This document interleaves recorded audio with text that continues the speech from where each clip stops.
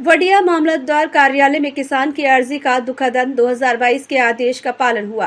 कल विधायक गोपाल इटालिया की मौजूदगी में वडिया मामलतदार कार्यालय में आवेदक किसान जीवराज भाई सोजिस्ट्रा ने एक मामले को लेकर जोरदार तरीके से अपनी बात रखी और जहर पीने की धमकी भी दी।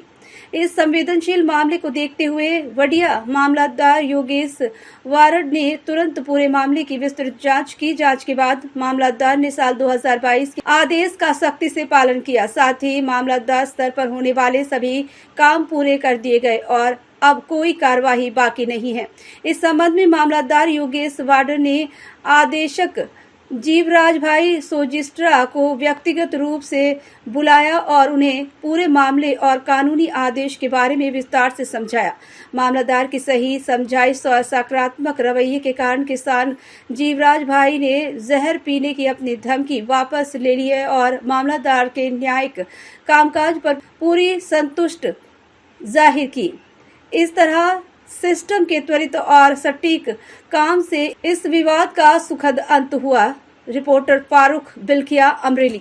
गतरोज जे खेडूत जीवराजभाई सोजित्रानी जे रजूआत हती ए बाबते आजे तेओने रूबरू कचेरीए बोलावी अने आतरेथी जे 2022 नो हुकम थयेलो हतो એને લાગુ થયેલો છે અને એમના જે રસ્તાની બાબત છે એમાં જે આગળની કાર્યવાહી સિવિલ કોર્ટ અંતર્ગત કરવાની હોય એ બાબતે સમજૂત કરે અને એમના પર પ્રશ્નનો નિવેડો લાવેલ છે। જીવરાજભાઈ પૂર્ણભાઈ સોઈત્રા છે। આજે મેં કાલ ગોપાલભાઈ ઇટાલિયા આવ્યા હતા વાત કરી હતી મુદ્દો હુકમને એ મહિલો મામલતદારની કામગીરી પૂર્ણ થઈ ગઈ છે। એમાં જગ્યા વધે તો રસ્તો ખોલે, મત જગ્યા વધતી નથી એટલે રસ્તો નથી થાય એમ।